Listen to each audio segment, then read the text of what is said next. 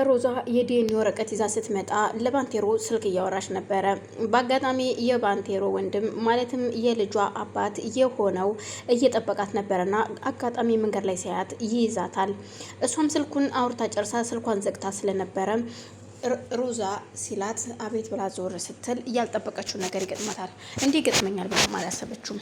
ዞር ብላ አይታው አቤት ስትለው ምንድን ነው ደግሞ ስትል ቆይ ምን እያደረግሽ ነው? እየተነበርሽ ልጄን አስወርደሽ መጣሽ አይደል አንቺ የተረገምሽ ሲል አንገቷን ይይዛታል። እንደውም እነ መኪና ውስጥ ግቢ ልና መኪና ውስጥ አስገብቶ እንደምንም ገፍትሮ ካስገባት በኋላ ቆይ ለምንድን ነው ልጄን ያስወረድሽው ሲላት እሷ መልስም አልመለሰችለትም ነበር። እባክህን ወዴት ነው የምትወስደኝ? ወዴት እየሄድክ ነው ስትል ለው አንቺ የተረገምሽ ለምንድን ነው ልጄን እያስወረድሽው እያለ እየጮህባት ስለነበር በአጋጣሚ ፊት ለፊቱ ሳያስበው አደጋ እንዲከሰት ይሆንበታል።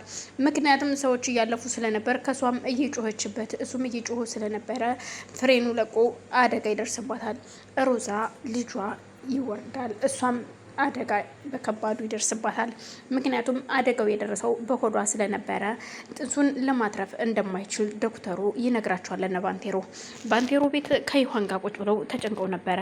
በአጋጣሚ ባንቴሮ ስልክ ሲጮህ አንስቶ አቤት ሲል እሱ በጭንቀት የነበረው እነ ዴብ አሁን ካሁን የዴብን መርዶውን ሰማይ ሆኖ እያለ እየተጠባበቀ ነበር። ባንቴሮ በአጋጣሚ ስልኩን ሲያነሳው ሮዛ የመኪና አደጋ ደርሶባት ሆስፒታል እንደገባችና ያለችበትን ሆስፒታል ይነግሩታል። ባንቴሮም በጣም ይደነግጥና ምንድን ነው ባንቴሮ የተፈጠረው ምንድን ነው ስትለው ይዋንም ሮዛ የመኪና አደጋ ደርሶባት ሆስፒታል ገብታለች ሲል እሷም ትደነግጣለች። ቆይ ምንድን ነው ነገሩ ስትል አላቅም እና ለማንኛውም በፍጥነት ወደዛ ብንሄድ አይሻልም ሲላት አዎ እንሄድ እንድረስላት ትልና ከይዋን ጋር አብረው ተያይዘው ይሄዳሉ።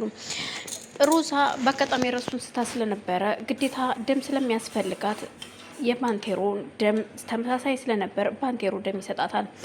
ይዋን ግን ውጭ ቁማ እየጠበቀች ነበር። እናም ዶክተሩን ሲያናግረው ያው ልጁን ማትረፍ እንደማይችልና እሷን ለማትረፍ እንደሚጣጣሩ ይነግረዋል።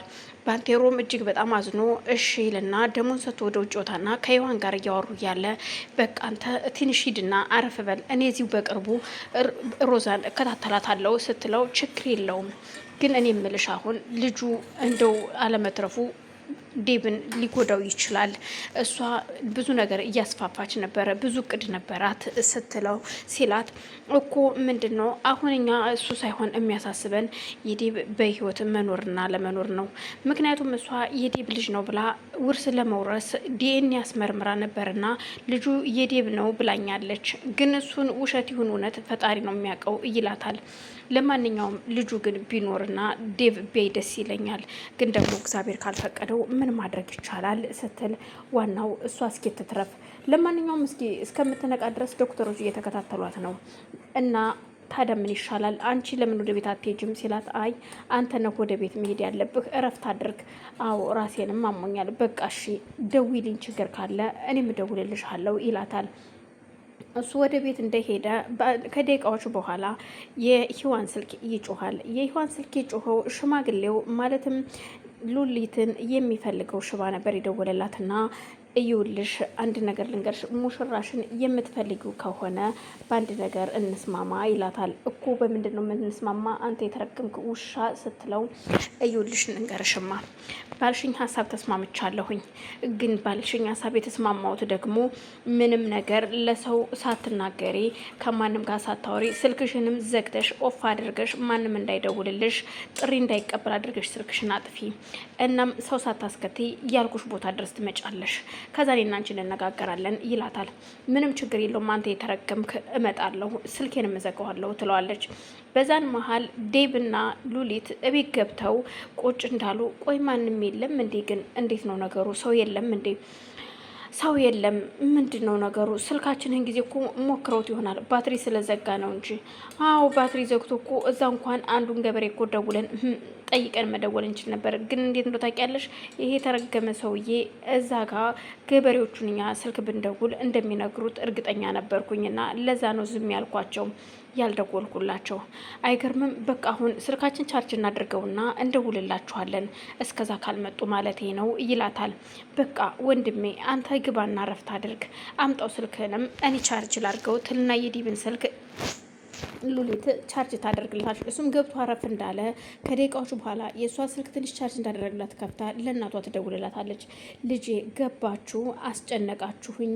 እኔ እኮ ይኸው ሂዋን ጋር ደውዬ ስጠይቅም እንዳልገባችሁ ስትነግረኝ እጅግ አሰብኩኝ ትላለች የሉሊት እናት።